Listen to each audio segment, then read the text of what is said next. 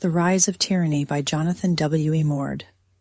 Today we're embarking on a journey through the corridors of power, exploring a concept that lies at the very heart of American democracy, the separation of powers. This principle, championed by the Founding Fathers and inspired by the Enlightenment philosopher Montesquieu, was designed to be the cornerstone of our liberty. But as we'll discover, its integrity is under threat like never before. The Founding Fathers were deeply influenced by Montesquieu's ideas. In Federalist No. 47, James Madison referred to Montesquieu as the oracle on the subject of separation of powers, highlighting just how revered he was among the framers of the Constitution. The Continental Congress, in its efforts to rally Canadian support against the British Crown in 1774, invoked Montesquieu's name, linking liberty directly to the separation of powers. The people of Boston, in their instructions to their representatives in 1776, echoed this sentiment, emphasizing the importance of keeping the legislative, judicial, and executive branches independent to prevent tyranny. Montesquieu's spirit of the laws is a clarion call against the concentration of power. He warned that when legislative and executive powers are united in the same person or body, liberty is lost. The same goes for the judiciary. If it's not separate, the judge becomes both legislator and enforcer, leading to arbitrary power. John Adams, in his Thoughts on Government, echoed this fear, stating that a single assembly with all governmental powers would inevitably make laws and execute them in their own interest, leading to tyranny. The warnings against the concentration of power are a recurring theme in the writings of the founders. Thomas Jefferson anticipated that the U.S. government might one day devolve into tyranny by concentrating power in a single entity. Madison, in Federalist No. 48, agreed, noting that power is inherently encroaching and must be effectively restrained.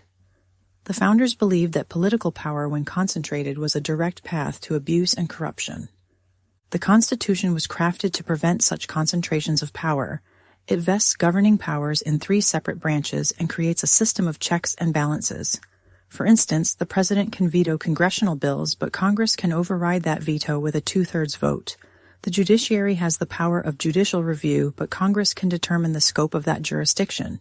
The president is the commander-in-chief, but Congress has the power to declare war and control war funding. Despite these safeguards, the founders' fears are becoming a reality. The Constitution and the Bill of Rights are no longer effective barriers against despotic governments or violations of liberties.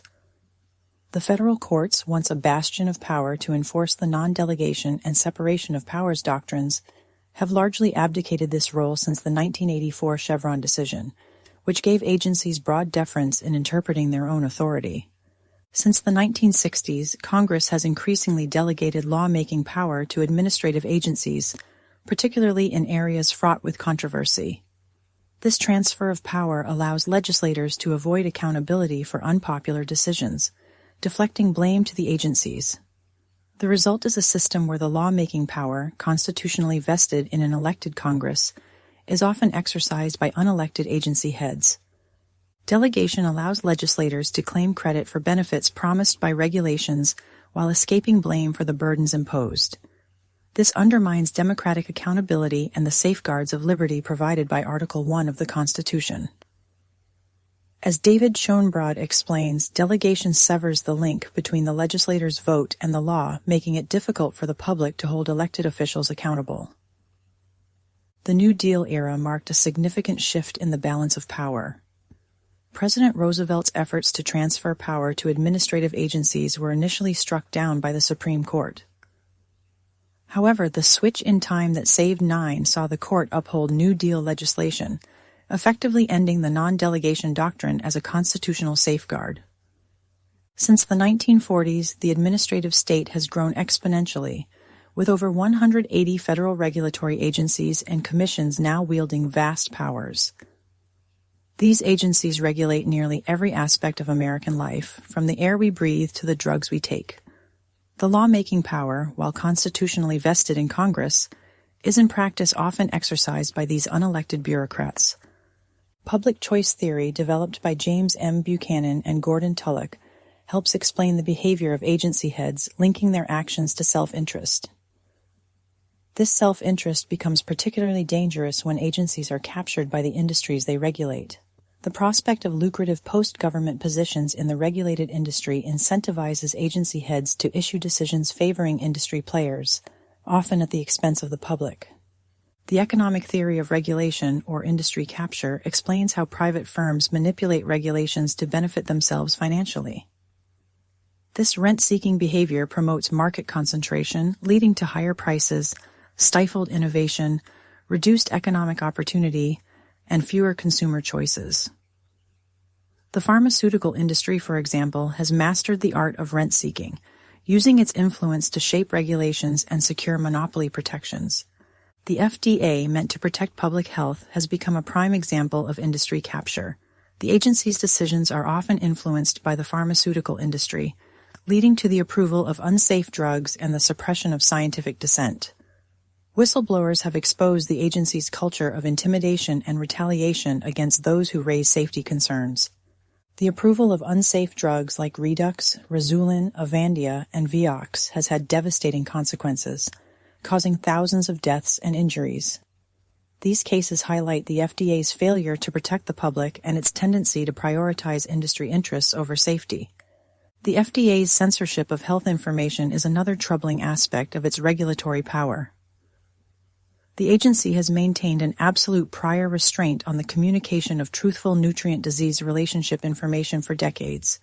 This censorship deprives consumers of vital information that could help them make informed choices about their health. Legal challenges to FDA censorship have met with mixed success. While the courts have occasionally ruled against the agency, the FDA has often responded with non-compliance or attempts to redefine the rules. The result is a system where the agency continues to censor information despite constitutional mandates to the contrary.